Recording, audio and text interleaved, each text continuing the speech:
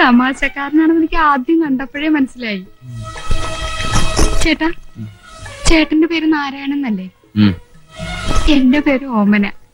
നാരായണനും ഓമന. Mrs ഓമന നാരായണൻ. നല്ല ചേർച്ച. ചേട്ടനെ കാണാൻ നല്ല ഭംഗിയുണ്ട്. എന്നെ ചേട്ടന് ഇഷ്ടായോ? പിന്നെ എനിക്കറിയാം, എന്നെ ആര് കണ്ടാലും ഇഷ്ടപ്പെടും. ഇങ്ങോട്ട് നീങ്ങിയിരിക്കുന്നേ. അവിടെ ഇരുന്നാ മതി. ആദ്യം സംസാരിക്കല്ലേ? ആദ്യ രാത്രി പെണ്ണും ചെറുക്കനും പരസ്പരം മനസ്സിലാക്കണം എന്നാ.